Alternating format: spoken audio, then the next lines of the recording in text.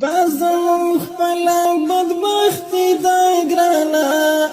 چې ته هم مست شوې د قدرت په نشه لا یې په تخت سم کې ناستلی نه یې کوږ روان د عبارت په نشه مجاهد څوک و د اسلام سرښندنه